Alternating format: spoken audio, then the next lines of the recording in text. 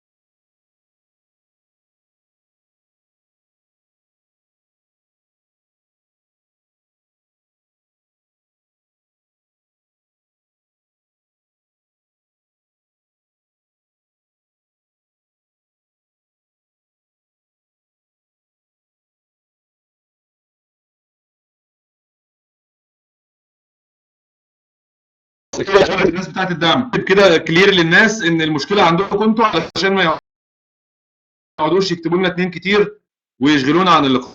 نبدأ بقى على طول. أنا مش هبص على التكست عشان موضوع الصوت ده. لو في مشكلة في الصوت هيبعتوا لي برايفت. بنقول يا شباب ان مشكله كتالوج التركيز اتصمم علشان يحل مشكله من اكبر المشاكل اللي بتواجهنا، الا وهي مشكله عدم قدرتنا على الانجاز او عدم قدرتنا على تحقيق اللي احنا بنحلم بيه. كتير جدا مننا عنده طموحات جميله جدا وعنده احلام واهداف كويسه جدا، ولكن للاسف الشديد الاهداف دي اول ما بترتطم بصخره الواقع بتتكسر. علشان كده صممنا كتالوج التركيز. اهداف لقائنا النهارده ان شاء الله، اللقاء ده سلسله اللقاءات اللي هي هتكون على 3 مرات ان شاء الله، هتبقى عندك قدرة على معرفة الإجابة على سؤال أنا ليه ما بتغيرش؟ ليه دايما بحاول إن أنا أتغير؟ وليه نفسي أتغير بس للأسف في التطبيق وفي الواقع ما بعرفش أتغير؟ هتكون قادر على تضييق الفجوة بين النظرية والتطبيق فيما يخص عملية التغيير عموما. يعني إيه الكلام ده؟ كتير جدا مننا بيتكلم حلو جدا وبيسمع دروس ولقاءات وكورسات حلوة جدا نظريا، لكن ساعة التطبيق بتلاقي فجوة كبيرة جدا ومسافة كبيرة جدا ما بين النظرية والكلام النظري اللي بيتقال وما بين التطبيق العملي بخصوص عملية التغيير، سواء كان تغيير الأفراد أو تغيير حتى المجتمعات. هنعرف إن شاء الله مع بعض إزاي نضيق الفجوة دي بين النظرية. ثالث حاجة هنتعرف بدقة على 4 حاجات. أول حاجة، من أنت الآن؟ يعني أنت واقعك دلوقتي عامل إزاي؟ عمرك ما هتقدر أبدا تتغير من غير ما تفهم نفسك كويس. لو انت عندك تصور عن نفسك واهم او تصور وهمي، عمرك في حياتك ما هتقدر تتغير، لانك في الوقت اللي هتكون فيه بتغير هتكون بتغير حد تاني غيرك. لازم تكون انت فاهم انت مين الاول ووضعك ايه وامكانياتك ايه وانت فين على الارض دلوقتي، علشان لما تيجي تغير تنطلق من قاعدة سليمة مش من قاعدة متوهمة. تاني حاجة، ماذا تريد؟ لازم تبقى عارف انت عايز تروح فين، لانك لو ما انتش عارف انت تروح فين او عندك رؤية ضبابية عن المكان اللي انت رايح له، لا شك ان انت ممكن تمشي في طريق غلط وتروح في اتجاه غلط فتوصل لنتيجة غلط. ثالث حاجة هنتعرف عليها ان شاء الله في كتالوج التركيز تحققه. جميل جدا ان انا اكون فاهم نفسي، وجميل جدا ان انا اكون عارف بدقة انا عايز اروح فين، لكن اللي مش جميل خالص اني ما اكونش عارف اعمل ده ازاي، ما يكونش عندي اجابة كتير جدا على هاو.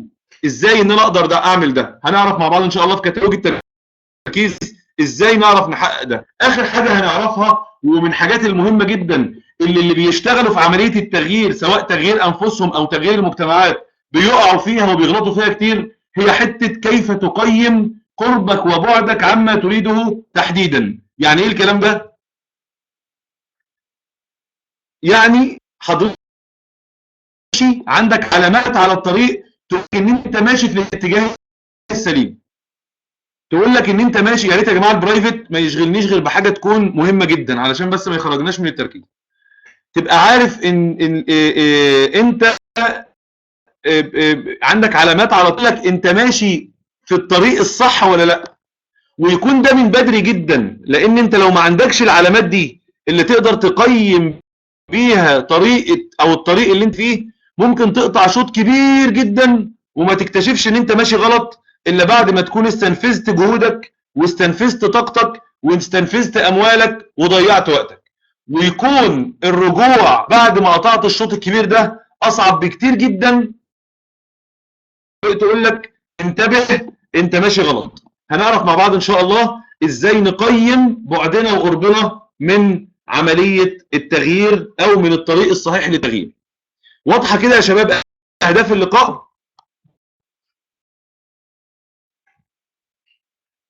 اللي واضح عنده اهداف اللقاء عارف انت هتاخد ايه من اللقاء ده. واتس ان ات فور مي. ما تحضرش اي لقاء كده وخلاص. هوب يا عم تعالى ده في كتالوج التركيز تعالى احضر، نقوم جايين حاضرين وخلاص. ايوه يعني كتالوج التركيز ده فيه ايه ليا؟ هستفيد منه ايه؟ اعتقد كده عرفت تحديدا ايه اللي هنقوله في اللقاء. لو لقيت بقى ان اللي هنقوله في اللقاء ده حاجه مهمه بالنسبه لك، اهلا وسهلا بيك كمل معانا. حاسس ان الكلام ده مش هيفيدك، اهلا وسهلا، ممكن تسيب المكان ده لحد تاني يستفيد من اللقاء. تمين مع حضراتكم ان احنا في خلال الثلاث لقاءات دول نكون حققنا الاهداف اللي موجوده في السلايد دي. يلا جاهزين نبدا بقى؟ تعالوا نبدا. اول حاجه وقبل البدايه وقبل ما نتكلم في الكتالوج خالص، عايزين نتكلم في 3 نقط مهمين جدا.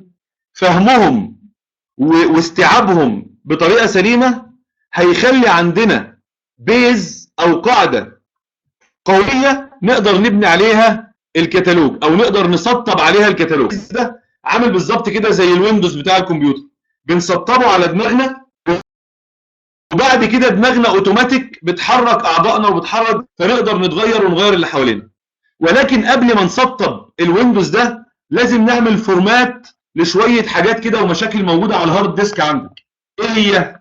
اول حاجه لازم نبقى فاهمين حاجه مهمه فيما يتعلق بالتايم مانجمنت. كتير جدا مننا حضر كورسات. كم واحد من اللي موجود يا شباب حضر كورسات بتتكلم عن التايم مانجمنت؟ يكتب لها 9 كده. حضر كورس، حضر محاضره، قرا كتاب، قرا مقاله، شاف فيديو على اليوتيوب، اي حاجه تتعلق بالتايم مانجمنت. جميل ما شاء الله كتير جدا. جميل جميل جميل.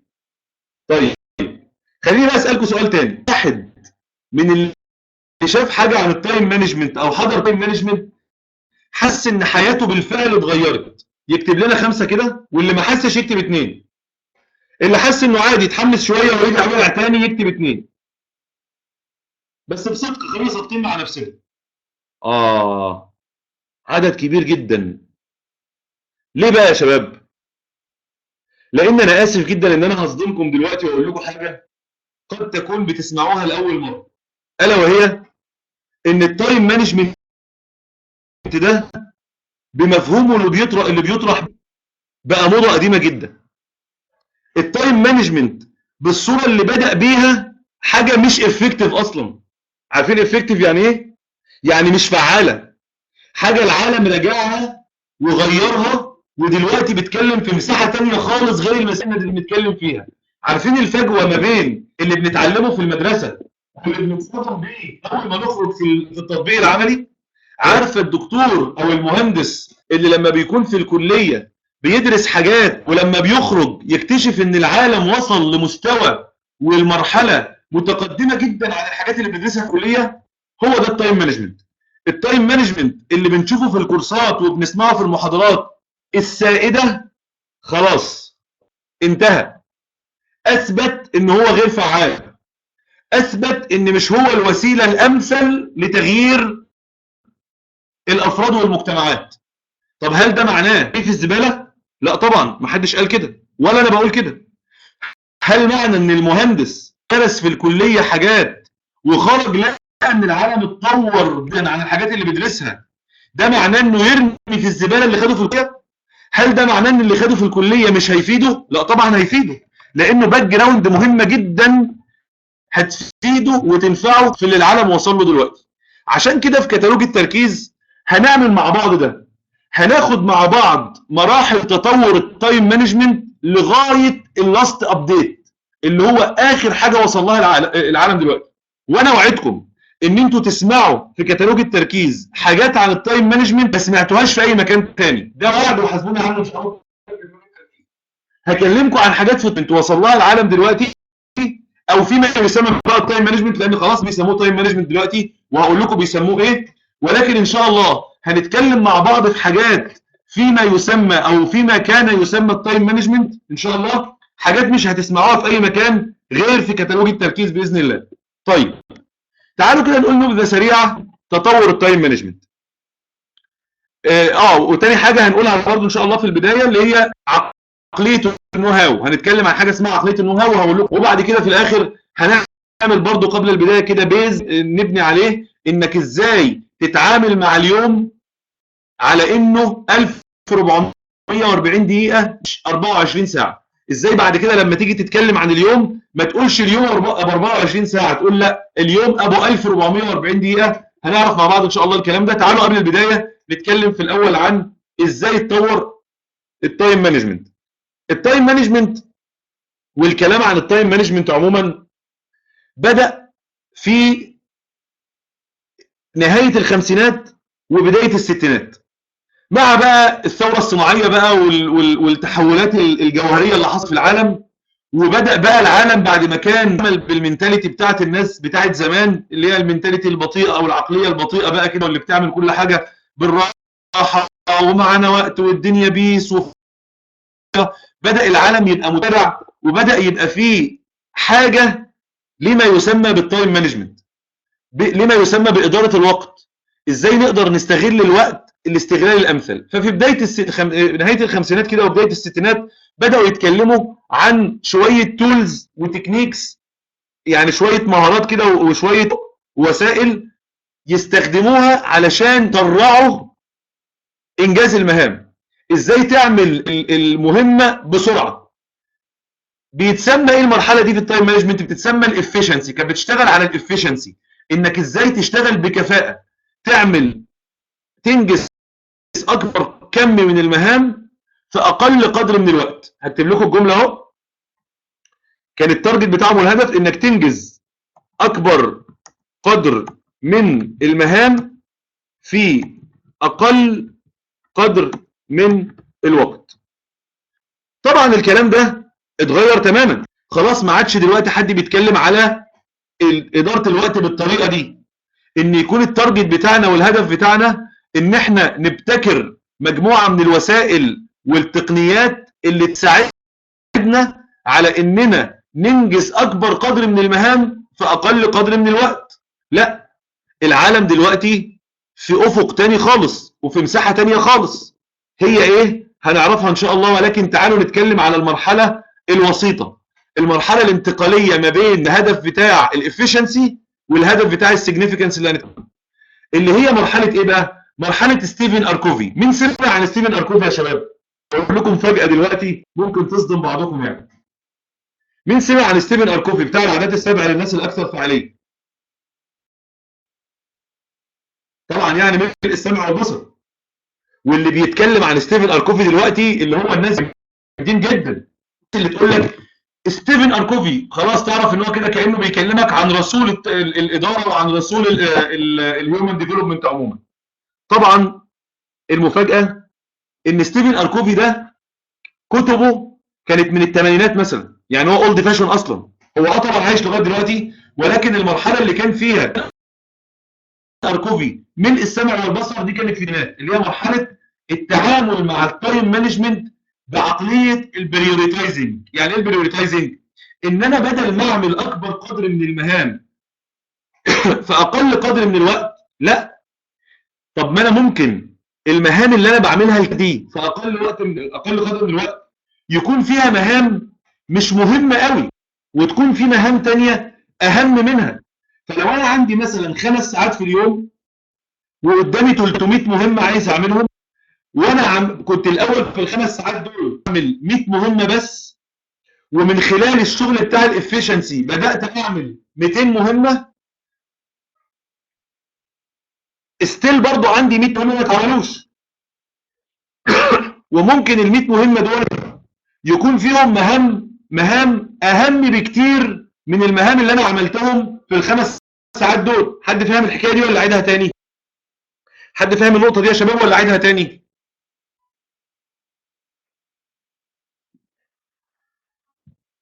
طب جميل جدا. طيب نعيد بسرعه.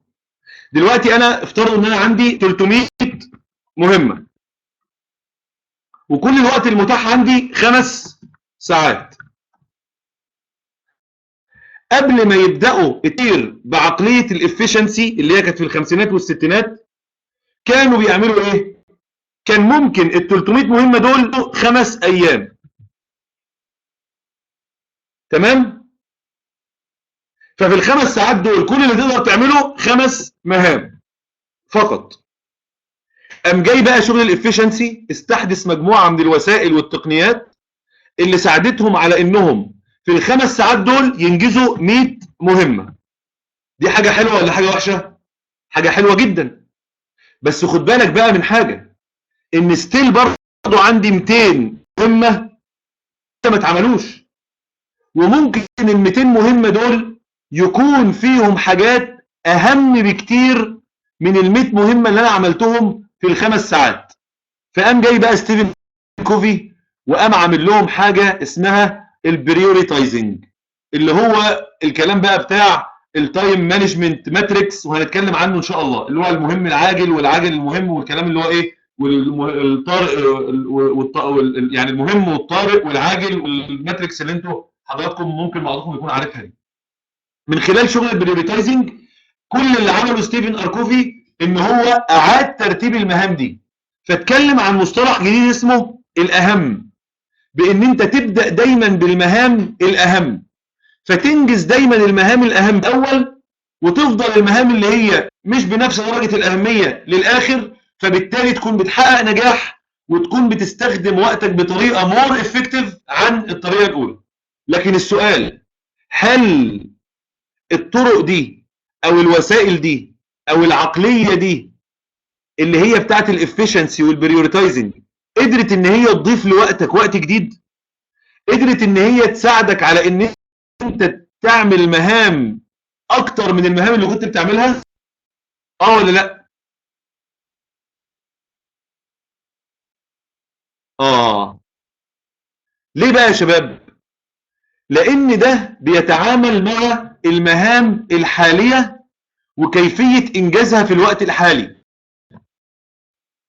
فدي بقى النيو فاشن من التايم مانجمنت اللي هو بيهتم بحاجه اسمها السيجنيفيكانس، وبدا يتكلم عن نظره ابعد شويه للتايم مانجمنت. هنتكلم عنها ان شاء الله من خلال حاجه اسمها الفوكس فانل هنتكلم عنها في اللقاء الثالث من كتالوج التركيز، عن ازاي ان انت تقدر من خلال المهام الحاليه تفلتر المهام دي بالصوره اللي تخليك توفر او يعني تدي للمهام دي وقت كتير دلوقتي.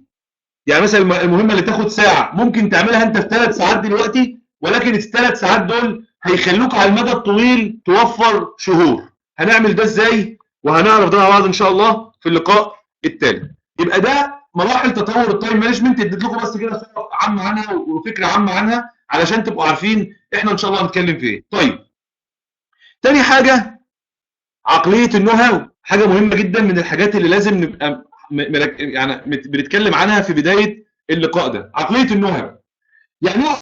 عقليه النو هاو الخطاب يا شباب، الخطاب العام سواء كان الخطاب ده خطاب دعوي او خطاب معرفي ثقافي يعني، او خطاب تدريبي في يعني بندرب الناس على حاجه. الخطاب العام عموما 3 انواع. النوع الاول حاجه اسمها خطاب شعاراتي. النوع الثاني حاجه اسمها خطاب النو هاو. النوع الثالث حاجه اسمها خطاب بيصنع عقليه النو هاو. يعني ايه الكلام المجعلص ده؟ اول حاجه الخطاب الشعاراتي. هديكم مثال كده، يا ريت اللي مركز معايا كده يكتب 9 لان الكلام اللي جاي ده. هديكم مثال كده على ال3 انواع دول من الخطاب وتقولوا لنا كده تجربتكم الشخصيه معايا ايه. اول نوع من انواع الخطاب الشعاراتي. نفترض مثلا ان احنا عندنا حاجه زي الكليك ميتنج اللي احنا بنتكلم من خلاله ده. ناس قدرت ان هي تديفلوب غرف صوتيه، تعمل غرف صوتيه يقدر من خلالها المحاضر اللي في اقاصي الارض يقابل ناس من كل انحاء العالم على غرفه صوتيه، ومن خلال الغرفه الصوتيه دي ممكن يشوفوا بعض فيديو، وممكن يتكلموا مع بعض صوت، وممكن يعرض لهم برزنتيشن، ولو عايز يعرض فيديو كمان يقدر يعرض فيديو. وكمان التكست اللي انتوا بتكتبوا عليها دي ممكن لو انت كتبت باي لغه انا اقدر اعمل لها ترانسليشن واقدر ان انا اترجمها للغتي الشخصيه من خلال اوبشنز عندي. فبالتالي اوبشنز رائعه جدا وحاجات يسرت على الناس حياتهم جدا. فيجي واحد من اصحاب الخطاب الشعاراتي يقول ايه للناس؟ دلوقتي انا هعمل ايه؟ همارس معاكم خطاب شعاراتي لتعريفكم بالكليك ميتنج. ركزوا معايا بقى، انا كواحد يعني متحدث عام هتكلم مع حضراتكم بنوعيه الخطاب الشعاراتي لتعريفكم بالكليك ميتنج. فهقول لكم ايه؟ اين انتم يا شباب المسلمين؟ شغلتكم الدنيا والهتكم الاموال. شباب الغرب دلوقتي استطاع ان هو يعني يعمل حاجه اسمها كليك ميتنج. كليك ميتنج دي غرف صوتيه بيقدر من خلالها الناس من جميع انحاء العالم ان هم يتقابلوا ويتكلموا مع بعض ويعرض عليهم برزنتيشن ويعمل لهم محاضرات ويلعب في دماغ شباب المسلمين ويغير ثقافتنا وهويتنا، ويقدر ان هو يبث سمومه من خلال الانترنت ويدخل جوه البيوت فيفرق بين الرجل وزوجته. اين انتم يا احفاد عمر بن الخطاب وخالد بن الوليد اللي فتحوا الدنيا وقادوا العالم؟ مش مشغولين انتوا غير بالالعاب وبالجيمز والمزرعه السعيده وي وي وي وي واقعد اقول لكم شويه كلام كده بالكلام اللي يسخنكم جدا، بغض النظر بقى عن السمايلي فيسز دي. لكن لو الكلام بطريقه جديه هيسخنكم جدا، صح؟ هيحسسكم قد ايه بحجم الجريمه اللي انتوا بتعملوها، ان انتوا طول النهار قاعدين بتضيعوا وقتكم في حاجات تافهه. وشباب الغرب دلوقتي بيعمل حاجات بيغير بيها العالم. هيقول لكم ان ازاي ان انتوا اجدادكم عمر بن الخطاب وخالد بن الوليد وعمرو بن العاص والناس دي قدروا ان هم يقودوا العالم وقدروا ان هم يكون لهم الصداره، وانتوا دلوقتي كل اللي شاغلكم اوكا وارتيجا، صح ولا لا؟ ولكن سؤال بعد ما نعيط وبعد ما يحسسنا ويحملنا الهم هذا الرجل الذي يمارس الخطاب الشعاري، بعد ما يخلص اللقاء ده ونخرج منه هنعمل ايه؟ طب قول لي طيب هنعمل ايه؟ ايوه، ولا هنعمل اي حاجه. هذه النوعيه من انواع الخطاب الشعاراتي بتكون نفسيات مشوهه. احنا يا شباب جيل مظلوم، والله احنا جيل مظلوم. واللي يقولوا احنا جيل اتظلم، جيل بيتبكت من اول ما فتحت عينه على الدنيا. بس انتوا مش نافعين وانتوا فاشلين وانتوا ما بتتغيروش. والناس زمان اليهود زمان كانوا بيسمعوا فيقولوا سمعنا وعصينا، والمؤمنين كانوا بيقولوا سمعنا وأطعنا، وانتوا كل اللي بتقولوا سمعنا واستمتعنا وما بنشوفش منكم حاجه، وانتوا جيل خايب وانتوا. طيب والحقيقه ان احنا مش جيل خايب ولا حاجه، احنا جيل مظلوم. احنا جيل ما تقلناش نعمل ايه ونعمله ازاي ونعمله ليه اصلا. احنا جيل تعب على عواطفه واتشحن نفسيا. قال له اصلا اللي بيتشحن بيه ده مهم ليه اصلا اساسا؟ وهو ايه اللي بتشحن بيه ده؟ واعمله ازاي؟ ده اهم حاجه اللي هي الهاو. طيب دي النوعيه الاولى من الخطاب الشعاراتي. عايز قبل ما اقول لكم النوعيه الثانيه اسالكم، الخطاب الاشهر دلوقتي على كل الاصعده سواء كان خطاب ديني او خطاب اعلامي او خطاب قومي او اي نوع من انواع الخطاب، من النوعيه دي ولا من النوعيات اللي لسه هنتكلم عنها؟ خطاب شعاراتي اللي موافق ان خطاب شعاراتي يكتب واحد، اللي شايف غير كده يكتب اثنين. كل انواع الخطاب، من اول الخطاب السياسي للخطاب الديني للخطاب الترفيهي للخطاب الاعلامي، كله كله كله. ايوه كلنا متفقين انه خطاب شعاراتي. علشان كده ان الثغر الاساسي لاي واحد عايز يخدم امته ومجتمعه وبلده دلوقتي، ان هو يبدا يفكر ازاي نحول الخطاب الشعاراتي ده لخطاب النو هاو، اللي هو النوع الثاني، عشان نقدر ننتقل بيه بعد كده الافق الثالث اللي اقول لكم عليه. ايه بقى النوع الثاني ده؟ النوع الثاني ان انا همارس على حضراتكم دلوقتي النوعيه الثانيه من الخطاب، اللي هي نوعيه النو هاو. هقول لكم ايه؟ ركزوا معايا. هقول لكم اين انتم يا شباب المسلمين؟ لقد سبقكم شباب الغرب يعني بمراحل كبيره، وعملوا حاجه اسمها الكليك ميتنج. كليك ميتنج ده غرف صوتيه بتقدر من خلالها ان انت تعرض افكارك لكل شبر في العالم، وتوصل صوتك لكل شبر في العالم بوسائل حديثه جدا. تقدر تعرض برزنتيشن، تقدر تعرض فيديو، تقدر تتكلم مع الناس بالصوت وتتكلم معاهم بالفيديو، تقدر تترجم الكلام اللي هم بيكتبوه لك باي لغه، تكتب لهم انت كلام وتترجمه لهم باي لغه. وخدوا بالكم يا شباب ان اذا كان شباب الغرب عملوا الكلام ده، فانتوا اولى الناس بانكم تسبقهم. وعلشان نسبقهم لازم نعرف الكلام ده بيتعمل ازاي، ونبدا فورا نتحرك في الاتجاه ده. وانا هساعدكم في انكم تعرفوا ازاي نعمل ده. علشان تعمل حاجه زي كده لازم تتعلم الاول حاجه اسمها بروجرامينج. والبروجرامينج ده افضل ناس بتقدمه الشركه الفلانيه او المؤسسه الفلانيه او المركز التدريب الفلاني. وعموما في مركز تدريب، في اكتر من مركز تدريب، انا اعرف الكونتاكتس بتاعتهم او وسائل التواصل معاهم وهقدر اوصلك بيهم. وخد بالك بعد ما تتعلم بروجرامينج علشان تعمل ده لازم يكون معاك ستارت اب فند، يعني يكون معاك فلوس تقدر تبدا بيها. والفلوس دي عشان تكون المبلغ اللي هتحتاجه كذا، وعلشان تكونه انت محتاج تكون بتوفر كل شهر مبلغ كذا.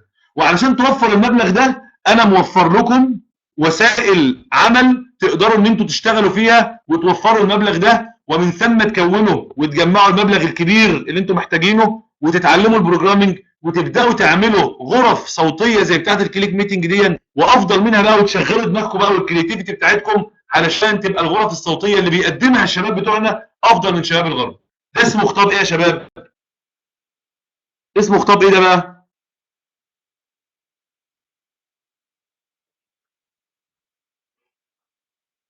اسمه خطاب النو هاو. برافو عليكم.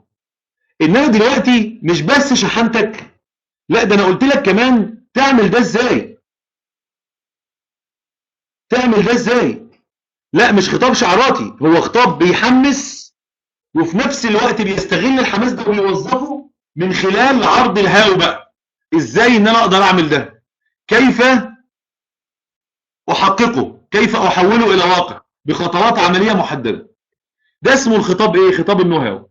الافق الثالث بقى افق اسمه صناعه عقليه النو هاو. ان احنا نصنع تيار كامل في الامه وفي البلد وفي مجتمعاتنا بيفكر في كل معنى وفي كل قيمه بتتقال ازاي تتحول القيمه والمعنى ده الى وسيله عمليه، بدل ما يكون الراجل اللي هو بيتكلم فقط هو اللي بيحول وهو اللي بيحض الناس وبيوجههم على الهاو. يكون كلنا بنعمل ده مع بعض، يكون كلنا بنشتغل برين ستورمنج وعصف ذهني مع بعض ازاي نحول المشاكل الكبيره اللي بتواجهنا وننقلها من افق التنظير ومن افق الشعارات الى افق التطبيق والى افق الهاو. تمام كده؟ دول الثلاث انواع من الخطاب. التايم مانجمنت بقى يا شباب للاسف الشديد اتحصر في النوع الاول من الخطاب اللي هو الخطاب الشعاراتي. وفي افضل احواله، وفي افضل، اللي عنده سؤال بقى واسئله يخليها يجيلها للاخر ان شاء الله، وفي افضل احواله اشتغل النوع الثاني بس يعني على استحياء اللي هو النو هاو، يقول لك ازاي تعمل ده. وللاسف الشديد لما يجي يتكلم على اتكلم عنها كمان بطريقه مختزله جدا هنعرف مع بعض ان شاء الله الاختزال ده حصل فين بالظبط. يبقى احنا لغايه دلوقتي قلنا حاجتين مهمين كقاعده نبدا بيها. اول حاجه تاريخ التايم مانجمنت ومراحل تطوره.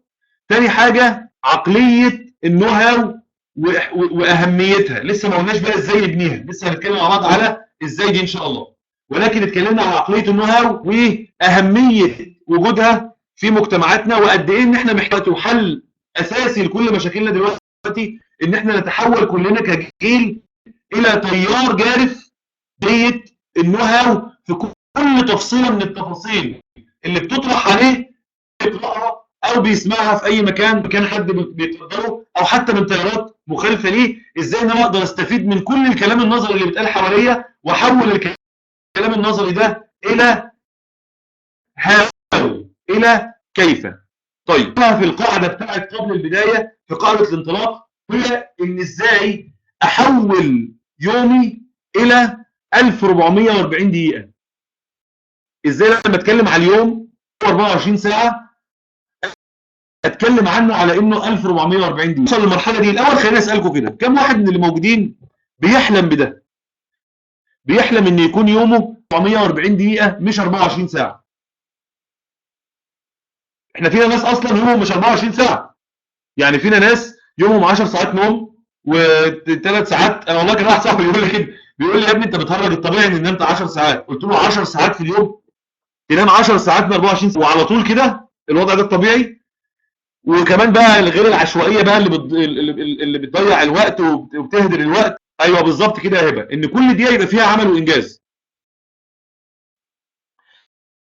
علشان نعمل ده يا شباب في البدايه، طبعا احنا هنقول عليه ازاي، هنقول ازاي نعمله بالتفصيل قدام، ولكن علشان نعمل ده لازم يكون عندنا كده في البدايه في دماغنا ننسف مفهوم خاطئ معين موجود، اللي هي بقى فكره الفورماتنج اللي قلت لكم عليها. تمام؟ المفهوم ده هو ايه؟ مانجمنت بالصوره اللي بتطرح علينا. مفيش حاجه اسمها تولز وتكنيكس بتتقال في لقاء او محاضره وبتاخدهم تتغير حياتك. مفيش حاجه اسمها كده.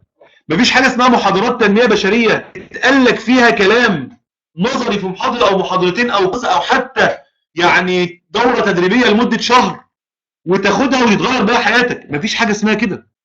الكلام ده كلام غلط، والكلام ده بيدمر الناس وبيصنع نفسيه مشوهه، مش بيصلح وبيغير. ايه بقى اللي بيغير؟ انك تكون داخل عمليه الاستماع دي وانت فاهم ان الكلام ده مرحله اولى، وان الكلام ده علشان يتطبق محتاج سنين، وان الكلام ده علشان يتطبق محتاج انك تكون عندك اجابه على كل تفصيله فيه لثلاث اسئله. سؤال ايه اللي انا عايز اعمله؟ سؤال ليه هعمله؟ سؤال كيف سافعله او ازاي هعمله. وهو ده لما نيجي نتكلم بقى في المساحه بتاعه التايم مانجمنت، نقول ان الصح بدل ما نقول تايم مانجمنت نتكلم على ايه؟ على سيلف مانجمنت. ان احنا نقول ان التايم مانجمنت مجموعه من التولز والتكنيكس، مجموعه من المهارات البسيطه جدا اللي بنوظفها في جزء صغير من حاجه اسمها سيلف مانجمنت، اداره الذات او اداره النفس او ترويض النفس او اصلاح النفس او تغيير النفس، وتفر انت هتسميها ايه. الحاله دي اللي بتاخد مننا جهد وشغل سنين، وبتحتاج مننا تخطيط دقيق جدا، وبتحتاج مننا التزام قوي جدا لسنين طويله علشان في الاخر نشوف ثمره، اللي هي معركه الدائره الدائمه بين يجب وكيف. يجب ان نفعل كذا وكذا، يجب ان ننتصر على كذا وكذا، يجب ان نستيقظ في الوقت الفلاني، يجب ان نقرا في اليوم كذا وكذا. لكن الحقيقه طب كده، ولا يكون طريقه التفكير كده. المفروض يكون الخطاب وطريقه ايه؟ كيف ساستيقظ؟ كيف ساتغير؟ كيف ساصلح؟ كيف ساكون انسان افضل؟ كيف سادير وقتي ويومي بطريقه؟ كيف اللي بتحتاج مننا 4 حاجات هنقولهم كمان شويه. كيف اللي بتاخد منك وقت كبير جدا من عمرك علشان تقدر تتغير بطريقه حقيقيه. المعركه الدائره دائما بين السائد والواجب. الحاجات الورديه اللي انا عايش فيها واللي بيساهم فيها الخطاب العاطفي اللي بيمس عاطفتي وبين الحقيقه اللي لازم ان انا اعملها والخطوات الفعليه الحقيقيه اللي لازم اتحرك في اتجاهها علشان اتغير. عارفين اشهر حاجه في ده يا شباب؟ ومعلش الكلام ده ممكن يزعل ناس مني بس يستحملوني معلش. زي قضيه فلسطين مثلا. الفرق ما بين الوهم بتحرير المسجد الاقصى والكلام البراق بتاع على القدس رايحين شهداء بالملايين، وبين الخطوات الحقيقيه الواجب اخذها لتحرير المسجد الاقصى. الفرق ما بين الشعارات الجميله العاطفيه اللي بتخلي الناس تبكي بالدموع والصور الرائعه اللي بتتشهر على الفيسبوك والكلام الحماسي اللي بيتحط مع الصور دي والبروفايلات اللي بتتغير شهيد الاقصى وفراشه الاقصى ومش عارف ايه، وبين الحقيقيه اللي المفروض ياخدها شهيد الاقصى وفراشه الاقصى علشان يكون من الناس يعيدوا الاقصى. تمام كده؟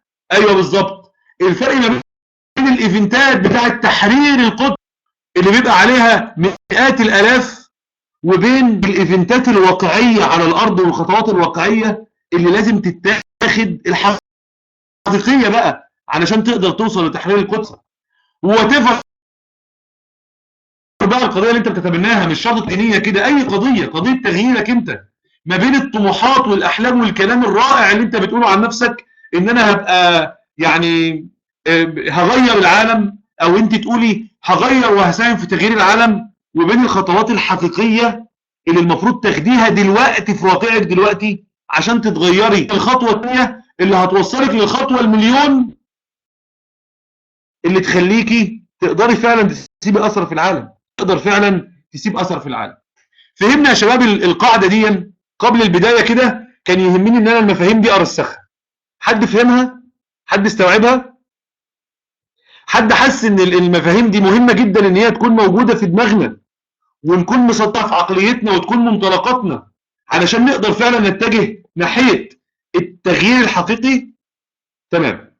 تعالوا كده مع بعض بقى ان شاء الله نتكلم على اول حاجه متعلقه بكتالوج التركيز.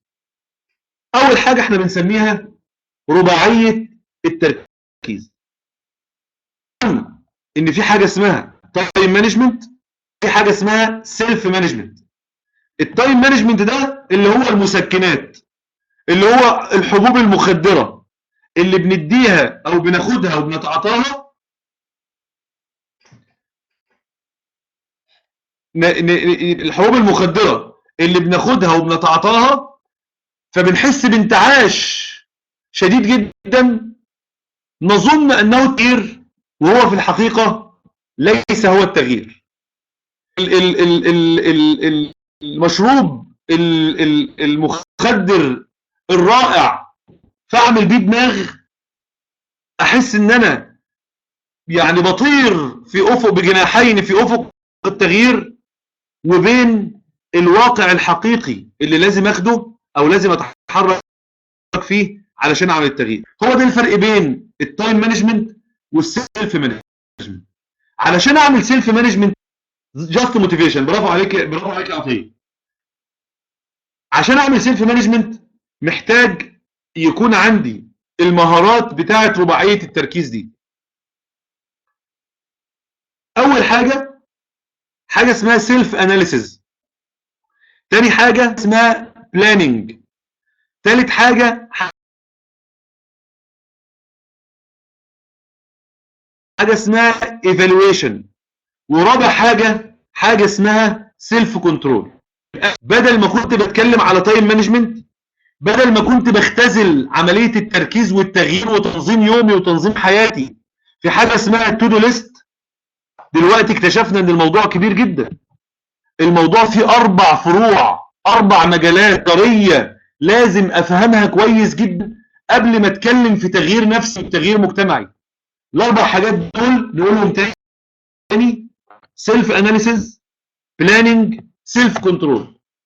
تعالوا بقى ناخد كل واحده من دول ونتكلم فيها بالتفصيل، وده ان شاء الله هيكون الكتله الصلبه او القلب بتاع كتالوج التركيز. فاتمنى ان انتم تكونوا مركزين مع الكلام ده كويس جدا وتكتبوا لو عندكم اسئله في ورقه، بحيث ان شاء الله في اخر اللقاء نديكم كده ربع ساعه للاسئله نسمع اسئلتكم، وهنعمل لكم برضه ان شاء الله بوست على البيج بتاعتنا. يا ريت الشباب يحطوا لنا اللينك بتاع البيج، بيج غير، علشان الناس تخش تعمل لها فولو، علشان تقدر تشوف وتتابع معانا الحاجات دي، لان ان شاء الله الايفنت هيخلص خلال 6 او 7 ايام ان شاء الله على البيج.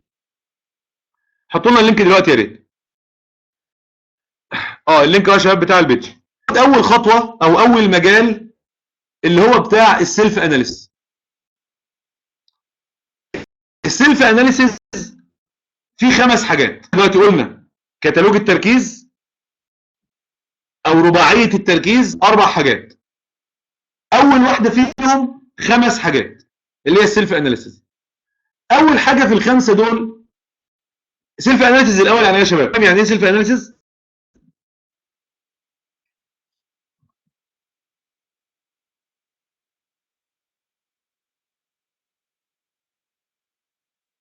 يعني بلاش ترجمه حرفيه، قولوا لي كده يعني فهمتوا منها ايه؟ ايوه برافو عليك يا مروه. ان انا افهم طبيعه نفسي. قبل ما اكلمكم عن السيلف اناليسيس انا بقى نعمل الرسمه دي كده علشان نفهم اهميه اللي احنا بنتكلم عنه دلوقتي. معلش بقى طبعا الرسم هيبقى مش قد كده، بس يعني ايه، حاولوا يعني تتخيلوا ان هو رسم يعني، لاني برسم بالماوس بقى وبتاع. لو افترضنا ان احنا عندنا دلوقتي دايره هنا اسمها الواقع.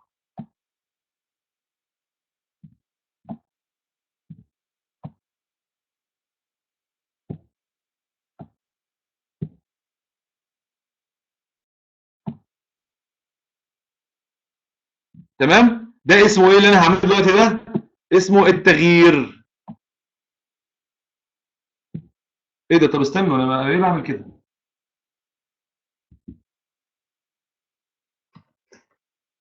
التغيير.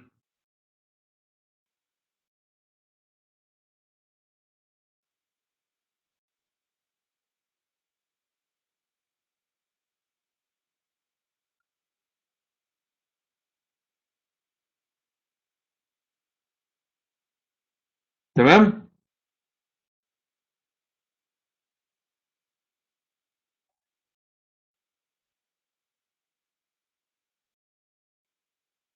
التغيير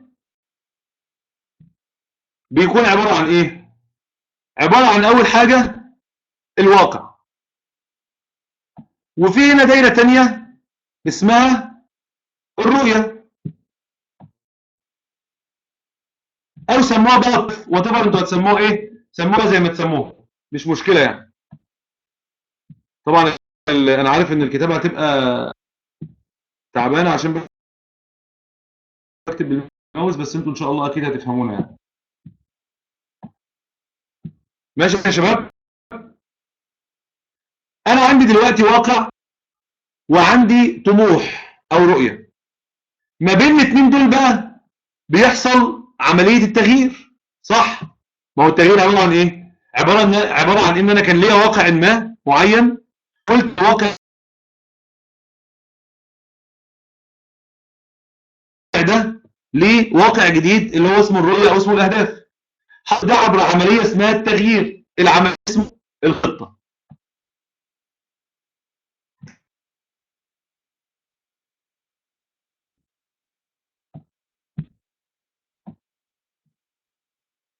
تمام كده يا شباب؟ اسمه الخطه. لازم اكون فاهم كويس جدا حاجتين، وعندي مهارات حاجه. حد عارف ايه هما؟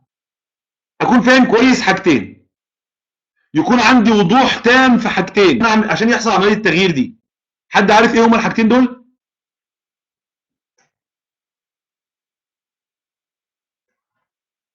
برافو عليك يا مجدي. الواقع والرؤيه. لازم اكون فاهم الواقع كويس جدا، ويكون عندي رؤيه وهدف واضح جدا، شايفه بوضوح زي ما انا شايف بالظبط واقعي دلوقتي. لو انا انطلقت من واقع وهمي، يعني انا متخيل ان انا حد جامد جدا وانا مش جامد جدا، يبقى انا كده انطلقت من قاعده غلط. تغيير. لو انا رايح ناحيه رؤيه ضبابيه، يبقى انا كده منطلق من واقع صح فاهمه، لكن رايح ناحيه رؤيه ضبابيه فبرضه مش هيحصل عمليه التغيير. فلازم يكون عندي معرفه تامه ووضوح تام في الواقع والرؤيه. وعشان يحصل عمليه التغيير لازم يكون عندي مهارات الخطه اللي هي تمكنني، ودي نولج بقى، ده علم، دي معرفه بتعلمها بدرسها، كلام نظري بتعلمه وبدرسه. لكن الواقع والرؤيه دي حاجات، الرؤيه بتعتمد على الكرياتيفيتي والابداع، والواقع بيعتمد على الدراسه البحثيه الواقعيه المنطقيه طويله النفس للواقع اللي احنا فيه بكل تفاصيله. الخطه دي بقى عباره عن مجموعه من المهارات اللي بدرسها وبتعلمها، اللي بتمكنني من الانتقال من الواقع للرؤيه. كده يحصل عمليه التغيير. علشان كده اول حاجه اتكلمنا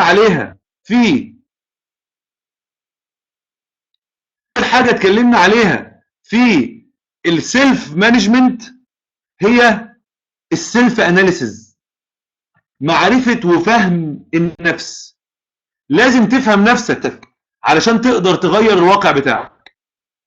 اول خطوه في السيلف اناليسيز حاجه اسمها know how you spend your time. يعني ايه الجمله دي يا شباب؟ الناس بقى شطار في الانجليزي. know how you spend your time.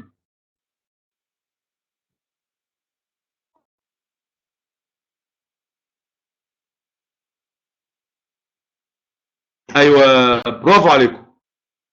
تكتشف وتكشف لنفسك وقتك بيتقضى ازاي. انتوا عارفين يا شباب الطريقه اللي بيعمل ازاي؟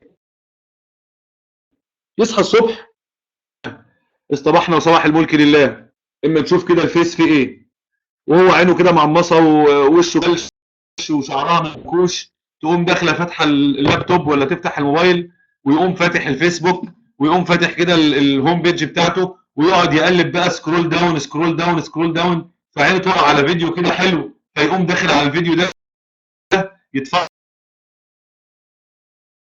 عليه، يبص على قائمه البيست اللي جنبه فيديو، يقوم داخل عليه فيلاقي، يدخل على الفيديو ده فيلاقي عنوان تاني براق وجذاب، يقوم داخل عليه، هوب هوب هوب، يبص لقى فات ساعه ونص، الاول اتاخرت على الكليه، يقوم قايم بسرعه جري غاسل وشه اي كلام ولابس اي حاجه واكل اي حاجه ونازل الكليه، وهو مش عارف اصلا رايح الكليه علشان يعمل ايه ولا الجدول فيه ايه اساسا.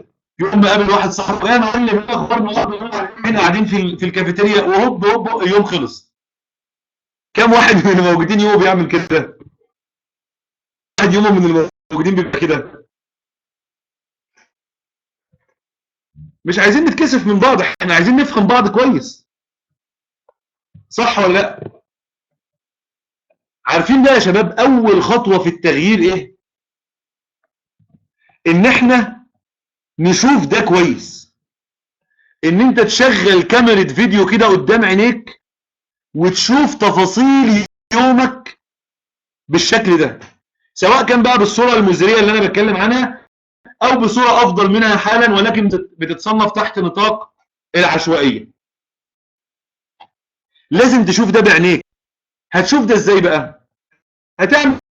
هنعمل مع بعض مهمه جدا جدا، وده واجب لحضراتكم ان شاء الله تعملوه للمره اللي جايه. هتشتغل على نفسك خلال الاسبوع ده كله، تمام؟ الناس بقى اللي بتكتب لنا كده اجنده الاجتماع ده، اكتبوا لنا اول اكشن بلان هناخدها ده. حضرتك او حضرتك الاسبوع اللي جاي ده كله مطلوب منك انك تمسك ورقه وقلم تكتب يومك، سواء كان الورقه والقلم دي في جيبك على طول بحيث انك كل ربع ساعه بتطلعها وتكتب انت عملت ايه. ساعه ونص ان شاء الله ونخلص المحاضره، بتخلص بتبدا 8 تخلص 9 ونص. سواء تمسك ورقه وقلم وكل ربع ساعه تطلع الورقه دي من جيبك تكتب فيها انت عملت ايه في ربع ساعه او كل نص ساعه، او ان انت جاست تيجي على اخر اليوم وتمسك ورقه وقلم وتكتب يومك كله.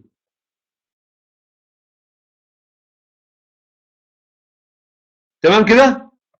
وبعد الاسبوع ده الاسئله دي بالفعل قدرت خلال الاسبوع انك تنجز كل اللي كنت محتاجه، وتسال نفسك ايه هي المهام اللي بتاخد من يومك وقت كبير، سواء كانت المهام دي حاجه مهمه بالفعل ولا جاست تضييع وقت كده وخلاص. يعني ممكن تكون المهام دي مثلا بلعب على البلاي ستيشن، ممكن تكون المهام دي فتح الفيسبوك وات ايفر هي ايه، المهم في الاخر حاجه بتشغل الوقت. حدد بعد الاسبوع ده او الحاجات الاكتيفيتيز اللي انت بتاخد منك اكبر وقت في اليوم.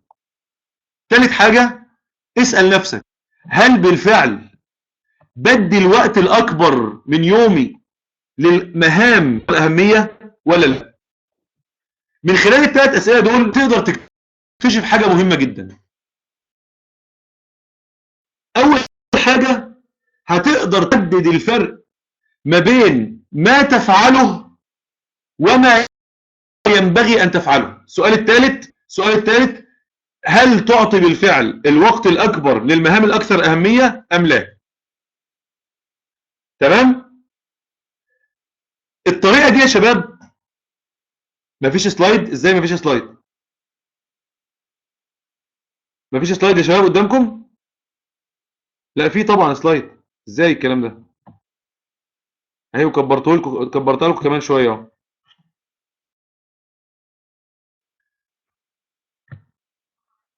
تمام كده يا شباب؟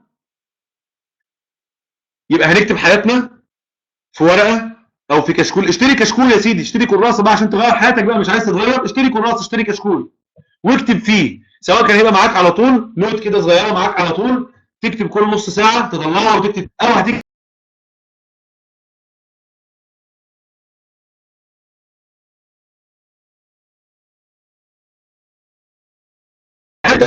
انجاز كل ما كنت احتاج اليه. ما هي المهام تاخذ الوقت الاكبر؟ هل تعطي بالفعل الوقت الاكبر للمهام الاكثر اهميه؟ بعد ما تجاوب الثلاث اسئله دول هتساعدك الخطوه دي على حاجتين مهمين جدا. الحاجه الاولى انك هتقدر تفهم انت بتعمله فعلا وبين ما ينبغي ان تفعله. والحاجه الثانيه هتقدر تحدد مساحه المهام الروتينيه اللي في حياتك، ودي نقطه غايه في الاهميه. لازم تبقى فاهم المهام التي لا مفر عليك، رعايه والدك المريض، ال8 ساعات بتوع الشغل، بجيب عيش مثلا للبيت ومفيش حد بيعرف يجيبه غيري. مهام روتينيه لا مفر منها، وتشوفها بتشغل من يومك وقت قد ايه. طب اهميه الخطوه دي ايه بقى يا شباب؟ فاهم الى المخطط الفاهم. خدوا بالكم من الجمله دي لانها جمله تنقلك من المخطط الواهم الى المخطط الفاهم.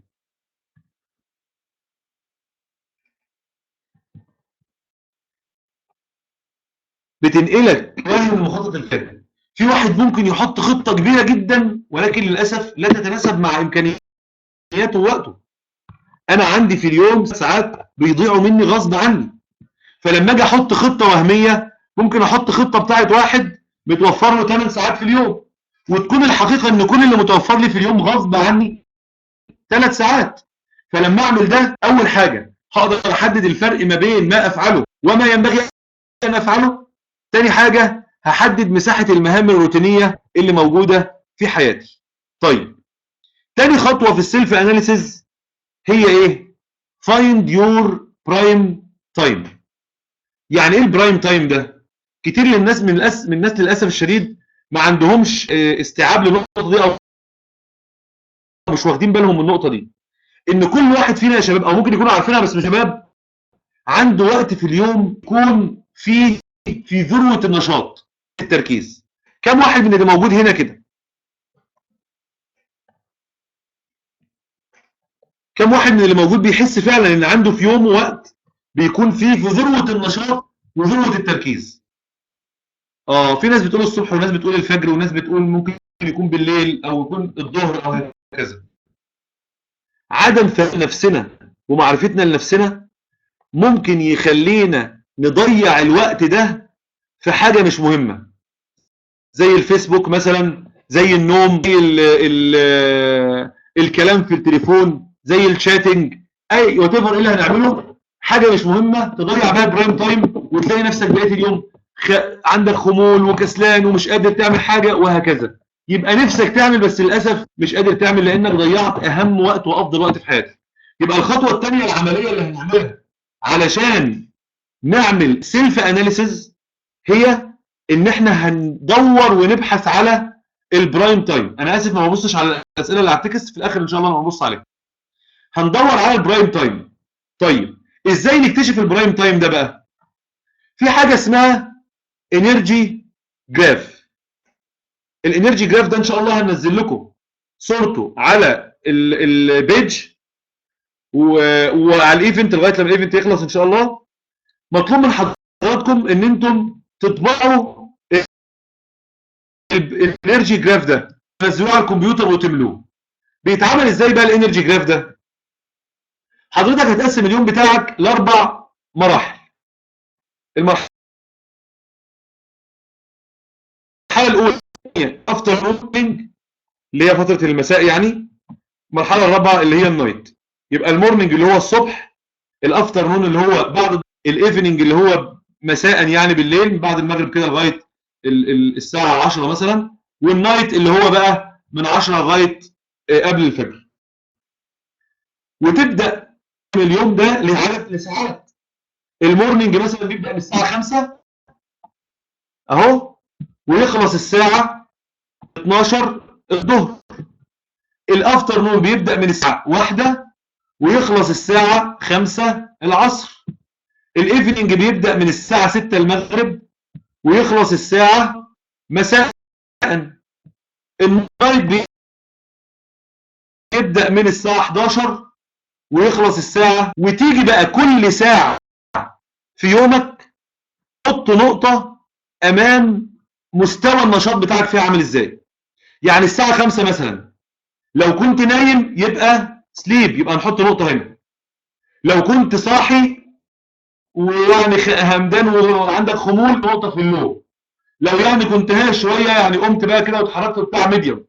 لو كنت بدات بقى مسكت كتاب تقراه او بدات مثلا تسمع في حاجه مفيده او هكذا تعمل الهاي.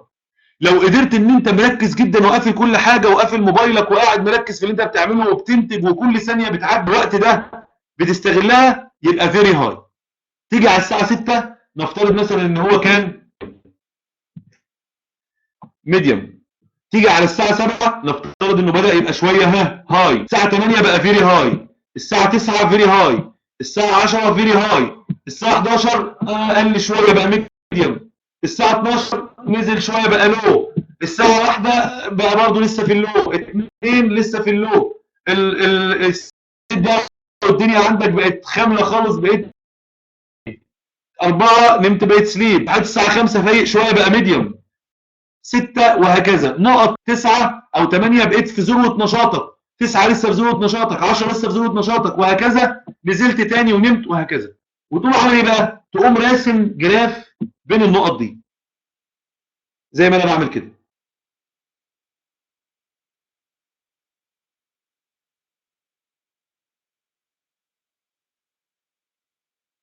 زي ما انا برسم دلوقتي كده.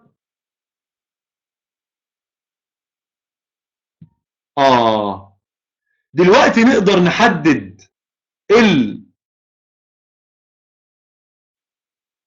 تايم ولا لا؟ الجراف ده البرايم تايم بتاع الشخص ده ساعات ايه؟ اللي هو الساعات ايه بقى؟ من 8 ل 11 الصبح ومن 9 ل 11 بالليل.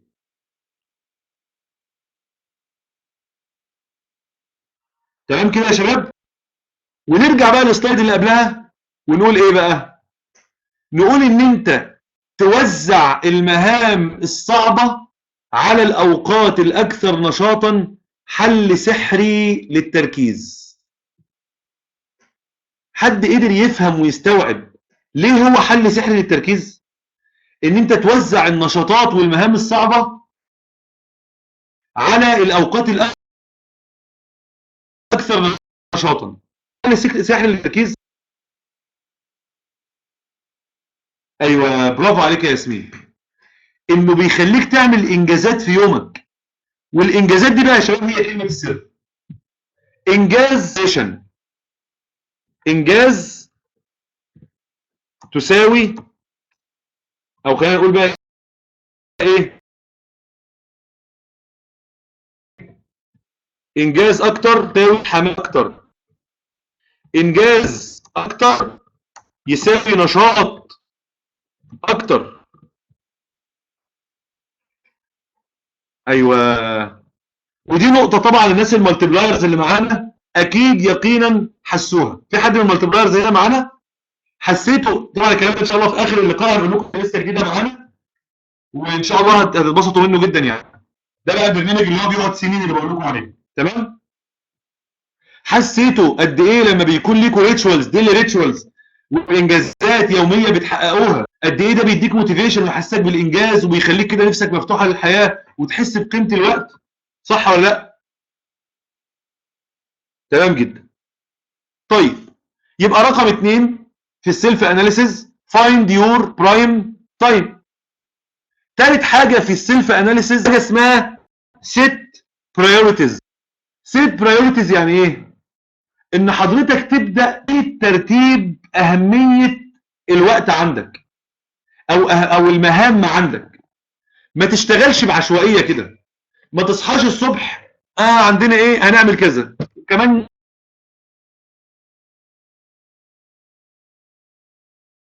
ساعه اوبا. شخص الاوبا كم واحده من الموجودين شخص اوبا؟ طبعا مش عارفين يعني ايه شخص اوبا. شخص اوبا ده اللي هو ايه؟ مقضي ال 24 ساعه اوبا. عارفين اوبا يعني ايه؟ يا نهار ابيض المفروض اعمل كذا، الحق بسرعه يا عم هات كذا اعمل. يا نهار ابيض اوبا نسيت اكلم فلان. يا نهار ابيض اوبا نسيت اذاكر مش عارف ايه. اهو ده بقى الشخص الاوبا ده. علشان تقدر عليه تماما جواك البريورتايزنج، ان انت ترتب اولوياتك، انك يكون عندك حاجه اسمها تو دو ليست هنتعلمها ان شاء الله قدام. طيب عشان نرتب اولوياتنا دي بقى المفروض نعمل ايه؟ في حاجه اسمها تايم مانجمنت ماتريكس، اللي هو اللي انا قلت لكم ان ستيفن اركوفي ابتكره، يعني هو اللي مبتكره. التايم مانجمنت ماتريكس ده بحضرتك بتقوم بقى، وده برضو الاكشن بلان او الواجب رقم 2 هنرفعه لحضراتكم فاضي وهتملوه وتجيبوه معاكم اللقاء الجاي ان شاء الله. الجماعه اللي بيكتبوا لنا الاجنده الاجتماع يخلوهم مركزين في المهام اللي بنقولها دي. هنديكم التايم مانجمنت ماتريكس ده فاضي دلوقتي، احنا هنحط لكم مثال وملينه، لكن احنا هنديه لكم ان شاء الله فاضي. طيب هيبقى متقسم ليه؟ في الصف اللي فوق مكتوب urgent ونوت urgent. يعني ايه urgent ونوت urgent؟ لا ده خلال الاسبوع ده هنعمله، خلال الاسبوع ده هنعمله ان شاء الله. يعني ايه urgent ونوت urgent؟ يعني عاجل غير عاجل. يعني ايه عاجل؟ يعني حاجه لازم تتعمل حالا اهو تتعمل. غير عاجل يعني مش مهم دلوقتي، ممكن اعملها كمان شويه. وعلى العمود اللي على الشمال هنلاقي important ونوت important. يعني ايه important ونوت important؟ يعني مهم وغير مهم. مهم يعني ايه؟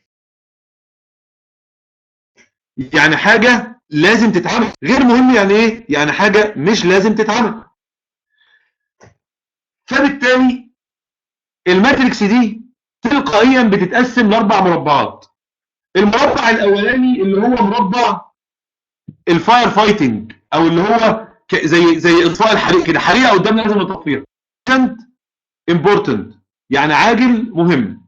المربع الثاني اللي هو كواليتي تايم، اللي هو بقى ايه؟ المربع بتاع الناس المزاجنجيه بقى، بتاع الناس الناجحين، الناس اللي بتقدر تخط صح وتنجز انجازات كبيره ضخمه وتاثر في الواقع وتغيره، اللي هو مربع النوت ايرجنت امبورتنت، اللي هو مش عاجل ولكنه مهم. المربع الثالث مربع الديستراكشن، اللي هو urgent not important. يعني ايه؟ يعني مربع هدر الوقت، مربع اللي هو بيخلي الوقت بتاعنا بيزحم الوقت، مربع زحم الوقت، اللي هو العاجل غير مهم، حاجه بتلح عليا دلوقتي لازم تتعمل لكنها غير مهمه. المربع الرابع اللي هو not urgent not important، يعني لا هو عاجل ولا هو مهم، اللي هو التايم ويستنج. تعالوا كده نتكلم عن الاربع مربعات دول بطريقه اكثر تفصيلا شويه. المربع الاول فاير فايتنج، اللي هو مربع الارجنت والامبورت. دي عباره عن مهام عاجله ومهمه لازم تتعمل حالا دلوقتي. هي ايه مثلا؟ زي الشيتات، عارفين الشيتات الطلبه اللي في الجامعه، الشيت بتاع بكره اللي هسلمه بكره ده اسمه ايه؟ urgent important. المهم العاجل زي ايه؟ زي لا قدر الله ربنا يعافينا يا رب، واحد ابنه مرض تعبان، ده مهم عاجل لازم يتعمل. طيب المربع الثاني النوت urgent important اللي هو غير عاجل مهم، ده بتاع ايه بقى؟ ده بتاع البلاننج، بتاع التخطيط، حاجات مهمه جدا لازم تتعمل دلوقتي. زي مثلا ان انا اخطط ان انا اخلص كتاب معين، ده مهم جدا ان اتعلم واقرا عاجل، ممكن احط له في يومي احط له في وقتي كل يوم ساعه. المربع الثالث الارجنت النوت امبورتنت اللي هو عاجل وغير، زي ايه؟ زي مكالمه التليفون، تليفون بيرن، حاجه عاجله لازم تتعمل دلوقتي انها مش مهمه يعني. واحد بعت لي على الشات السلام عليكم، انت ما بتردش عليا ليه؟ يا عم رد يا عم، انت اتكبرت علينا ولا ايه؟ دي حاجه عاجله ملحه ولكنها غير مهمه. لا اللي بيتعمل فعلا يا مهد، بنكتب اللي بيتعمل فعلا. المربع الرابع اللي هو غير مهم وغير عاجل اللي هو التايم ويستنج بقى، اللي هو مثلا الفيسبوك، حاجه غير مهمه وغير عاجله اصلا، مش بالضروره ان انا اعملها دلوقتي. زي ان انا افتح بنفسي الكمبيوتر عشان اتفرج على اليوتيوب، دي حاجه غير مهمه وغير عاجله. نفس الفيسبوك الماسنجر بعت لواحد اعمل معاه تشاتنج، ده غير مهم وغير عاجل. خليني بقى اسالكم سؤال في الماتريكس دي، من وجهه نظركم المربع الذي يصنع الناجحين هو المربع رقم كام؟ رقم 2، رقم 1، رقم 3؟ لا، المربع الذي يصنع الناجحين هو المربع رقم 2، ده مربع التخطيط. كل ما كبرت في المربع ده كل ما صغرت في المربع ده، كل ما عملت الحاجة المهمة في وقت اللي كانت فيه غير عاجلة كل ما كان الوقت المهم العاجل يقل في حياتي. كل ما كنت بعمل المهم الغير عاجل بصورة أكثر تدقيقا وأكثر تخطيطا ما قدرت إن أنا أنجز بروقان. كل ما قدرت إن أنا أنجز المهام وأنا مش مضغوط عليا عاجل وبإلحاح العاجل. كل ما خططت لمستقبلي كويس كل ما كان الحاضر بتاعي أكثر سعادة وأكثر تركيزا هدوءا وأكثر انشكاحا زي ما بيقولوا يعني. تمام كده؟ زي الشخص اللي بيذاكر، برافو عليك يا سمير، الشخص اللي حاطط مذاكرته طول السنة فممكن يجي وقت الامتحانات يلاقي نفسه عنده وقت العمل تطوعي وعنده وقت ان هو يرفه عن نفسه وعنده وقت ان هو ينمي نفسه ويقرأ، وفي نفس الوقت عنده وقت. لكن الشخص اللي ما بيذاكرش غير ايام الامتحانات تلاقيه ايام الامتحانات بيلف حوالين نفسه لانه زنق نفسه في خانة مربع المهم العاجل. طب سؤال، دلوقتي انا محتاج ان انا اكبر جدا في المربع رقم 2 واقلل جدا جدا في المربع رقم 3 اللي هو غير عاجل، اللي هو عاجل وغير مهم، واقلل جدا في المربع رقم 1 واقلل جدا في المربع رقم 4. طيب السؤال بقى ازاي اعمل ده؟ ازاي اقلل؟ هسالكم اسئله وانتوا تجاوبوا، نختبر بقى مين الناس اللي مركزه معايا ومين الناس اللي مصحصحه. ازاي اقلل في المربع رقم 1؟ ها جاوبوا.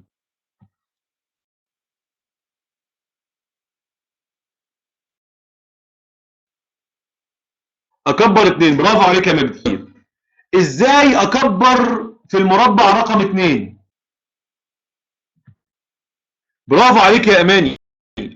اخطط يوميا، اخطط ليومي يوميا، برافو عليك. ازاي اقلل في المربع رقم 3 اللي هو مربع العاجل الغير مهم؟ برافو عليك يا خلود. learn how to say no. ايوه، زي ما احمد رئيس كده بيقول انفض لهم. لا، مش هنفض لهم، مش هنفض لهم ولا حاجه، مش هنفض ولا حاجه، ولكن اتعلم ازاي اقول نو، ازاي اقول لا. ودي ان شاء الله باستفاضه، امتى تقول لا، وليه تقول لا، وازاي تقول لا. هنتعلم ده ان شاء الله. ودي مهم، دي مهاره من اهم مهارات الناجحين. فهم النو دي، ازاي تقول لا، وامتى تقول لا، وتقولها لمين، وهكذا. وازاي تلغي على الحرج من انك تقول لا. إيه ده؟ لا، هنجاوب عليه برضه ان شاء الله. يبقى عشان اقلل المربع رقم learn how to say no، نتعلم ازاي نقول لا. المربع رقم 4 بقى هقلله ازاي؟ ازاي اقلله؟ ازاي احول المربع الاول؟ ما تجاوبوش على السؤال ده، ثانيه واحده ثانيه واحده. خليني اسالكم الاول سؤال. المربع رقم 4 اللي هو بتاع التايم ويستنج ده، هل هو مربع ملوش لازمه يتلغى، ولا مربع مهم؟ واللي شايف انه ملوش لازمه يقول ليه، واللي شايف انه مهم يقول ليه. ناس بيقولوا مهم، ناس بيقولوا ليه لازمه. طب مهم ليه بقى؟ ليه المربع رقم 4 مهم؟ ايوه، برافو عليك يا سميع، عشان من غيره هنهنج. النفس البشريه يا شباب اتخلقت ان هي تحتاج وقت للترفيه، تحتاج وقت للترويح عنها. لما يكون الانسان بقى مظبط الثلاث مربعات دول، هيجي للمربع رقم 4 ما يبقاش اسمه بقى مربع التايم ويستنج، يبقى اسمه مربع التشارجنج. شفتوا الفرق بقى بين الانسان الناجح والمركز والانسان العشوائي؟ تشارجنج. يلعب وده بيلعب، ده بيضيع وقت وده بيضيع وقت، بس ده بيضيع وقت از تايم ويستنج، بيضيع وقت از تشارجنج، بيشحن نفسه وبيعيد شحن طاقته وبيروح عن نفسه علشان يرجع تاني لمعركة الثلاث مربعات اللي اتكلمنا عنهم من شوية. يبقى رقم 1 في السيلف اناليسيز هو ايه؟ بسرعة يلا. رقم 1 في السيلف اناليسيز كان ايه؟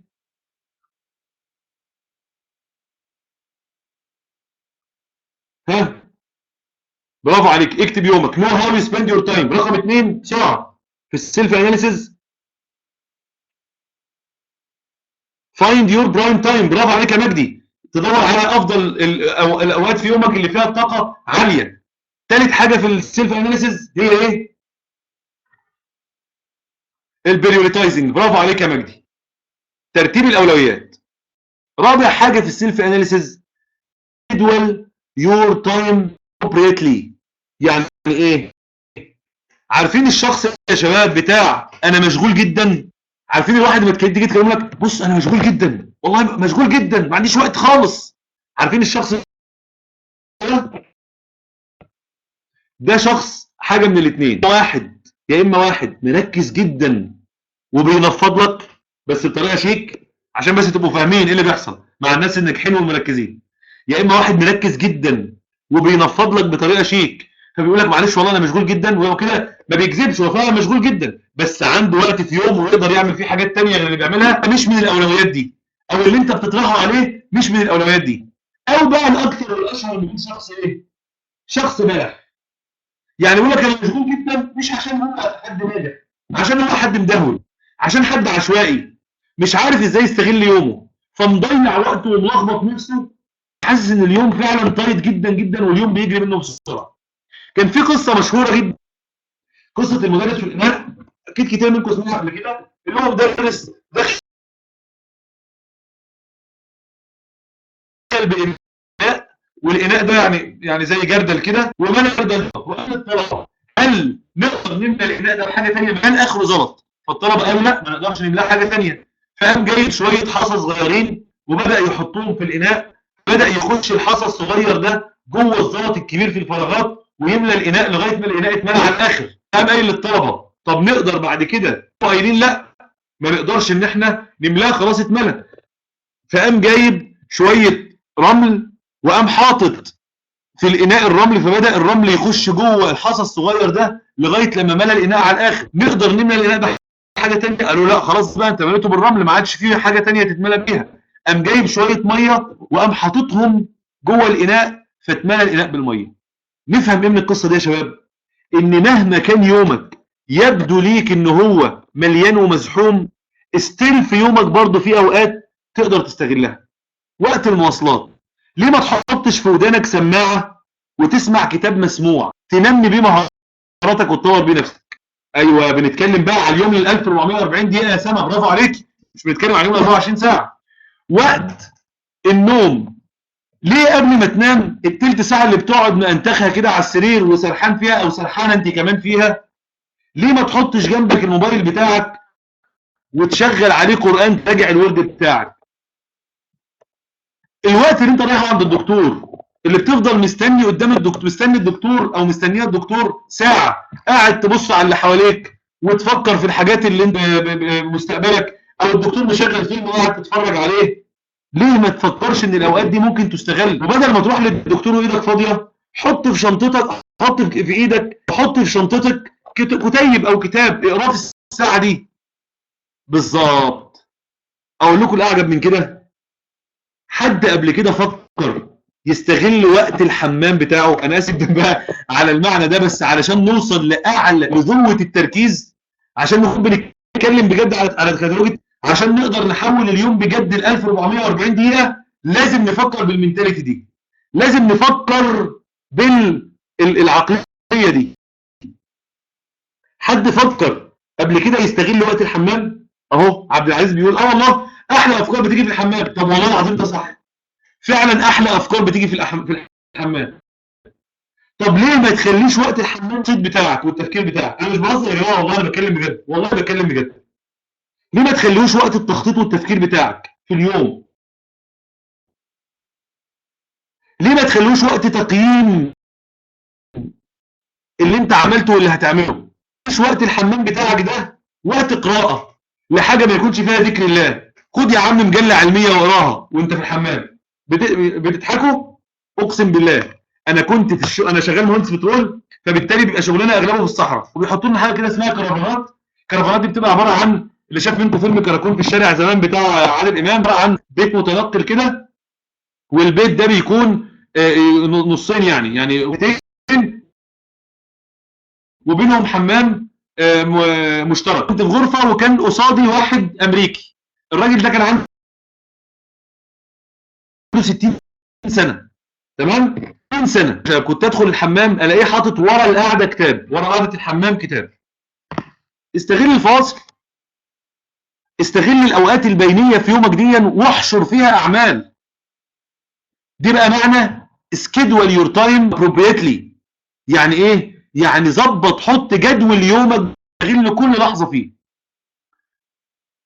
وخلي افضل اعمالك او اكتر اوقاتك انتاجيه للاولويات بتاعتك. يعني وانت بتقسم يومك بقى، الاولويات اللي هي اكثر الاعمال او اهم الاعمال خليها دايما في الاوقات اللي هو البرايم تايم بتاعك. والبرايم تايم ده اعمله بلوك اوت تايم، اللي هي دي. يعني ايه بلوك اوت تايم؟ اعمل لنفسك كده ساعتين في اليوم او ساعه في اليوم، دي ساعه البلوك اوت. مين من المالتيبلايرز موجود معانا هنا بيعمل البلوك اوت تايم ويقول لنا كده تجربته الشخصيه معاه ايه؟ بلوك اوت تايم ده يا شباب اللي هي ساعه او ساعتين كل حاجه. تقفل اللابتوب، تقفل قصدي الموبايل بتاعك لو بتشتغل على اللابتوب يعني، وتقفل، ما تردش على حد، وتقفل تليفونك، وما تردش على اي شاتنج، وتبعد عيالك، وتقعد على نفسك كده مركز ساعه او ساعتين باولوياتك. مين المالتيبلايرز جرب تمام يا ابراهيم، ايه رايكم فيه؟ حسيتوا بفرق في يومكم؟ حسيتوا بانجاز في يومكم من البلوك اوت ده؟ تمام جدا. وما تنساش انك تفرغ ساعتين او ساعه في اليوم على الاقل من غير مهام خالص، وتخلي دي بقى لمساحه الابداع. بعد كده يا شباب اخر حاجه، get organized and simplify your life. مش ممكن هتكون مركز ولا هتكون انسان ناجح وانت انسان فوضوي. لازم كل حاجه حواليك تكون منظمه، لازم تتخلص من كل حاجه مبهدله في حياتك، الصندوق اللي تحت السرير والهارد الواحد ترى اللي مليان حاجات انت ما تعرفش عنها حاجه اصلا، وكل ما تشوف واحد معاه هارد قاعد تلم على مهمه او تدور على حاجه في الهارد بتاعك تقعد عليها لانك مش منظم ومش مرتب الهارد بتاعك، او لما تيجي تدور على حاجه تقعدي ساعه تدوري عليها لانك حاطه تحت السرير قد كده شحناه بحاجات اصلا ايه المهم فيها وايه اللي مش مهم. خليك انسان منظم، انسان غير فوضوي، علشان تقدر تحافظ على وقتك وما تستنزفش طاقتك في البحث والتدوير، توفر طاقتك قدر المستطاع لانجاز المهام وتخلي ده نظام. وهنعرف مع بعض ان شاء الله هنعمل ده ازاي. الاماكن الفوضويه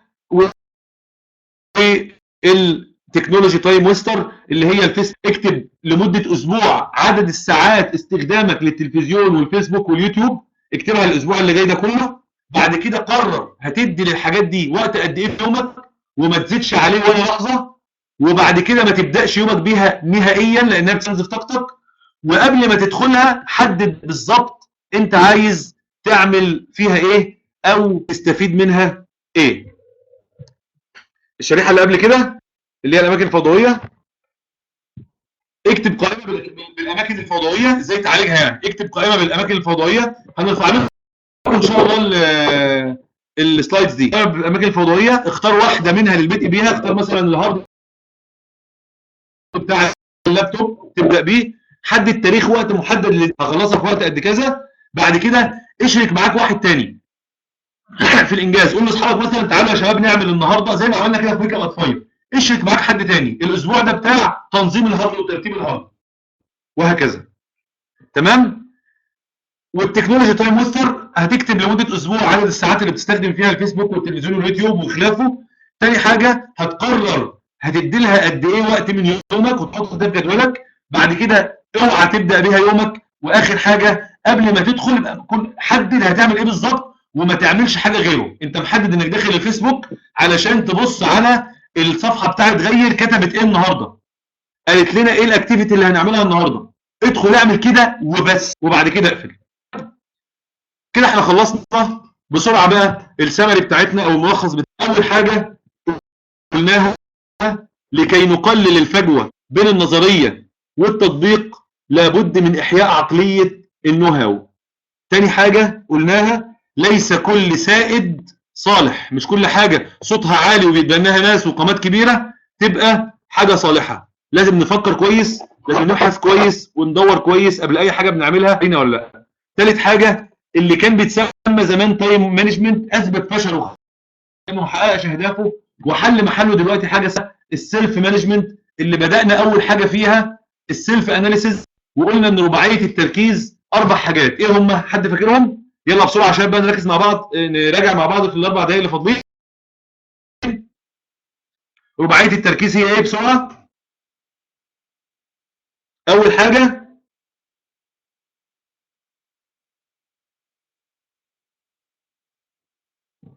حاجه السيلف اناليسيز.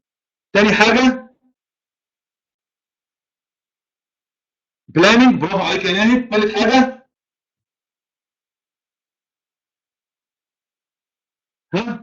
ايفالويشن، برافو عليك يا حسين. رابع حاجه واخر حاجه سيلف كنترول. وبعد كده اتكلمنا على خماسيه السيلف اناليسيز اللي هي كانت اول حاجه فيها ايه؟ اول حاجه في السيلف اناليسيز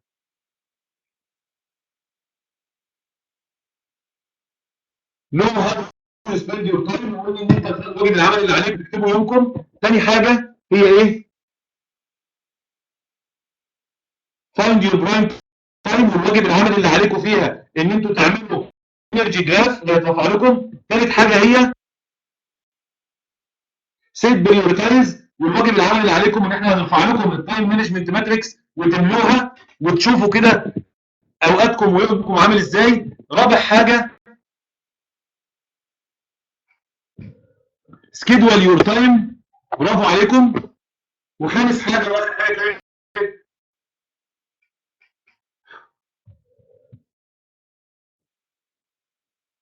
اخر حاجه كانت ايه؟ الفوضوي مستحيل يكون انسان ناجح ومستحيل يكون انسان مركز. زي ما وعدناكم ان احنا هنخلص في ساعه ونص، فاضل لنا دقيقتين على الوقت بتاعنا. لو حد بقى عنده اي سؤال، وهيترفع لكم على البيج بتاعت غير بوست للفيدباك. مهم جدا لو سمحتم ان انتم تملوه لنا علشان نطور من نفسنا وعلشان نعدل من نفسنا لو عندنا اي اخطاء ولا حاجه، محتوى اقوى واكثر يعني افاده للناس، هاتوا لنا اللينك بتاعه لو سمحتوا. كل شباب لو سمحتوا يدخل على اللينك ده، اكتب الاهم حاجات استفادها النهارده، انطباعات عن ايه الحاجات اللي محتاجين ان احنا نطورها في المحاضرات اللي جايه ان شاء الله، علشان نقدر نستفيد اقصى استفاده في المحاضرتين اللي جايين. الماتيريال هترفع ان شاء الله على الفيديو، وهيترفع لكم التسجيل بتاع اللقاء صوت وصوره ان شاء الله، عشان اللي كان مش حاضر ومش شايف السلايدز يشوفها باذن الله. طيب، حد عنده اي سؤال يا شباب في الاخر؟ قولوا لنا الاول كده، كل واحد يقول اكتر حاجه استفادها النهارده ايه؟ اكتر حاجه استفدتوها النهارده ايه؟ النهارده ولا ضيعنا وقتكم؟ كل حاجه يا شباب هتنزل على البيدج ان شاء الله.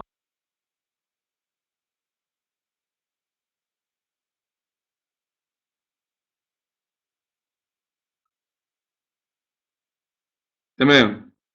بين يجب وكيف. start to understand self management. الانرجي تشارت، ترتيب الاولويات، اجمل ساعه ونص في الاسبوع كله. يا حميد، ازاي احدد الاولويات والنجاح؟ تمام تمام. كل حاجه يا شباب بتسالوها هتلاقوها في اللقاء الجاي ان شاء الله، وفي الاخر اللقاء الاخير هنديكم فيه يجي ساعه اسئله.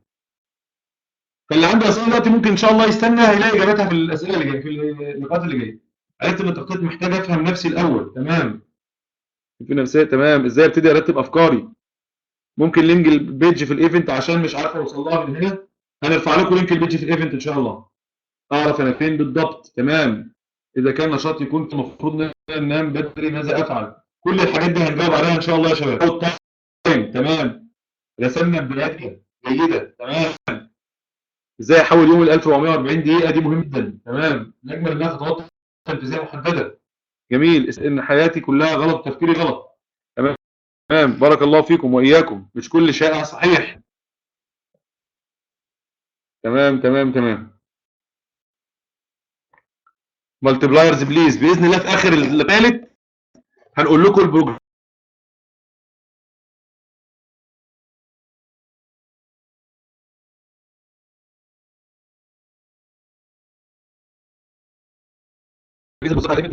ما هي البيج؟ تمام. استمعنا المحاضره هو اكبر دليل على اننا فعلا بدأنا. تمام تمام تمام.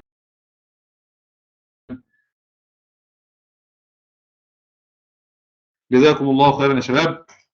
بسم الله النهارده ما قلناش في رباعيه التركيز غير حاجه واحده بس، لسه كلام كتير هتسمعوا كلام جديد يعني ان شاء الله باذن الله يعني، واياكم. طيب، مين يا شباب يعهدنا قدام ربنا ان هو يدخل على بوست الفيدباك اللي موجود على البيج دلوقتي ويحط لنا عليه اللي هو انطباعاته عن اللقاء، الايجابيات، السلبيات، يوعدنا بس علشان يساعدنا باذن الله ان اللقاءات اللي جايه تكون اكثر تطورا وتكون اكثر ملائمه ليكم، للناس اللي بتسمع. يلا حطوا لنا اللينك تاني كده يا شباب ونسمع عادتنا كتير ان شاء الله. اهو اللينك اللي اتحط ده يا شباب، حطوه اكتر من مره عشان الناس تلقطه.